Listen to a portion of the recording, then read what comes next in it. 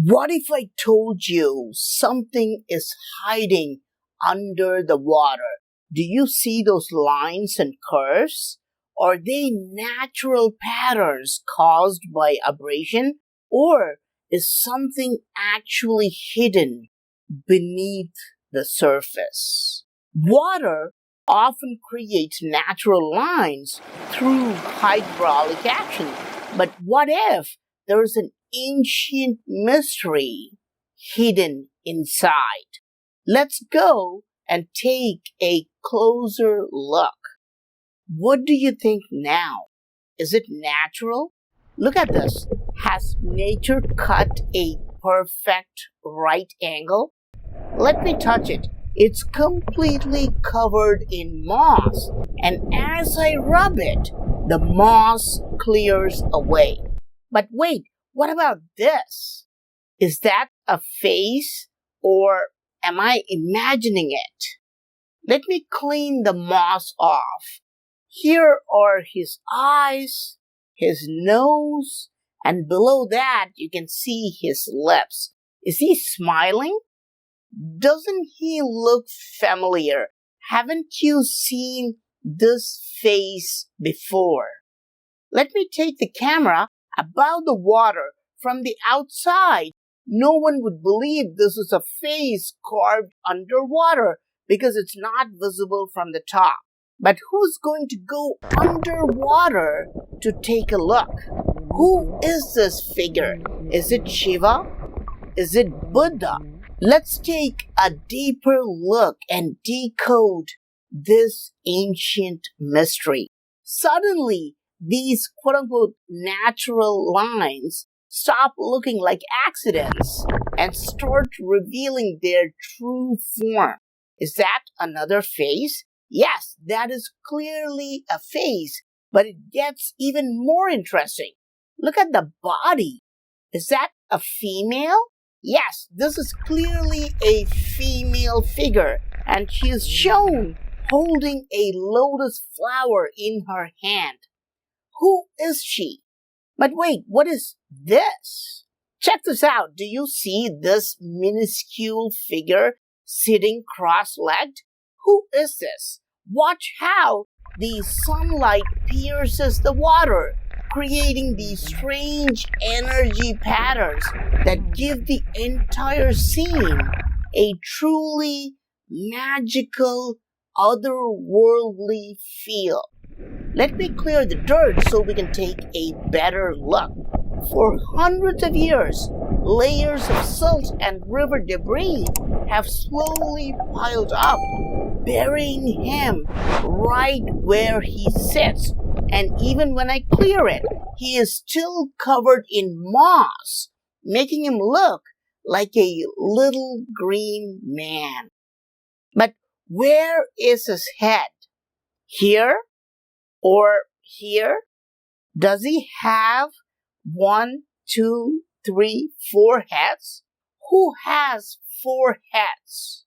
This is actually Lord Brahma, the Hindu god of creation, and you can tell by his signature 4 heads.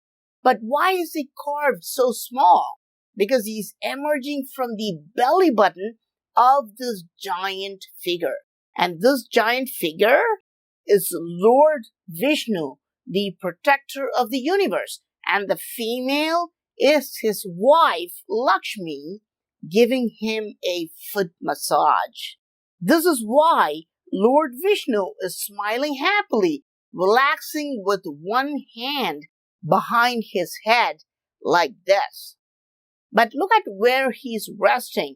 This isn't just a riverbed. It is a representation of the ocean of milk.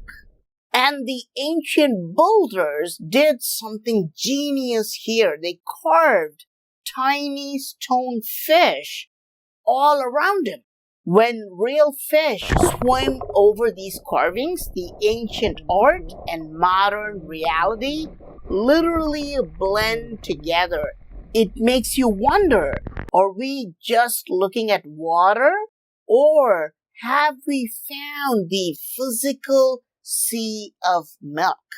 This water flows down from the mountain above. But where exactly are we? You might think this is India, but you would be wrong. Take a close look at Vishnu's features. Haven't you seen this face before? It is the exact same style found at the Baphuon pyramid. You see this specific face appearing over and over again throughout the ancient temples of Cambodia. Yes, we are in a remote part of Cambodia, over 1,800 miles away from India. The name of this mountain is Phnom Kulen. But are these underwater carvings new? Were they done recently for tourists? No, this is a very ancient carving. Even mainstream archaeologists claim this Vishnu was carved 800 to 1,000 years ago. Look at the sheer scale of this carving. It stretches across the entire width of the stream. We are looking at a 20-foot long masterpiece, making it the largest carving of Vishnu in all of Cambodia. Think about this. The famous Vishnu statue inside Angkor Wat is only 10 feet tall. This one is double that size, yet it remains submerged and hidden from the world. How is it possible that the country's biggest Vishnu is lying here, forgotten underwater?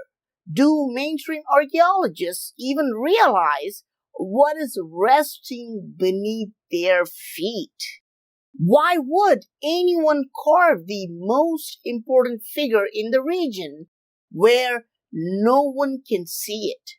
This wasn't an accident. Ancient builders never did anything without a calculated purpose. If this giant is underwater, it's because the water itself is a part of the message. There is an ancient secret encoded in these depths, a secret that changes everything. But what if I told you there is a deeper secret hidden in these waters? Is this giant Vishnu the only carving here? Let me get back into the water. These tree roots are crazy. They look very strange, don't they? Look at this and tell me honestly, is this a carving? Or was this shaped by nature and the force of flowing water? Or is this a tiny Vishnu with multiple arms, relaxing just below the water's surface? What about these? Are they really carvings? Or is our mind playing tricks? Is this a face with a crown on top of his head? What about this one? Does it also have a crown? Look carefully on the left. A reclining figure lying down with a female giving him a foot massage. Right next to it, you can see another carving showing the same detail. Lord Vishnu in a state of total relaxation with his wife Lakshmi seated faithfully at his feet. You can even see the giant Naga's body underneath him and its head protecting him from above. And even on the extreme right, you can see yet another Vishnu. No, we aren't just finding faces in natural rocks. We're looking at ancient carvings at least 800 years old. These micro Vishnu carvings have probably never been documented before. You're likely looking at the first ever footage of these hidden micro carvings. Here's another underwater Vishnu, and here's another one, partially submerged.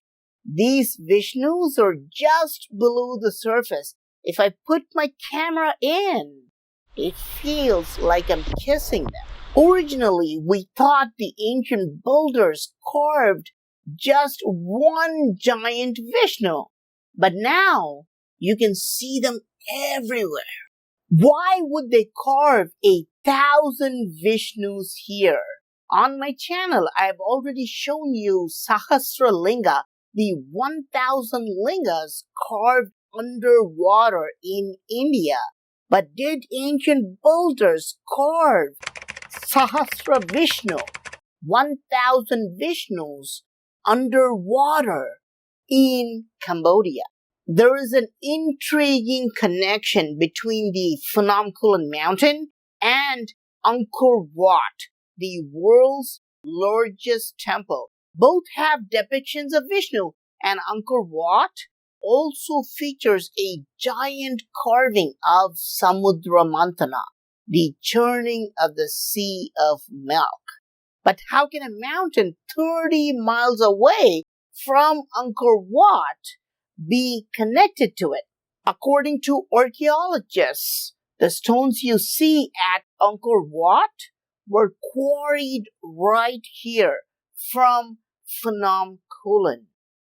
I hope you enjoyed watching the ancient 1,000 Vishnus carved underwater. It's possible no one has ever bothered to go underwater and document the Sahasra Vishnu before. I might be the first one to show this to the world. I am PraveenMohan. Thanks a lot for watching. Don't forget to subscribe, and I will talk to you soon. Bye.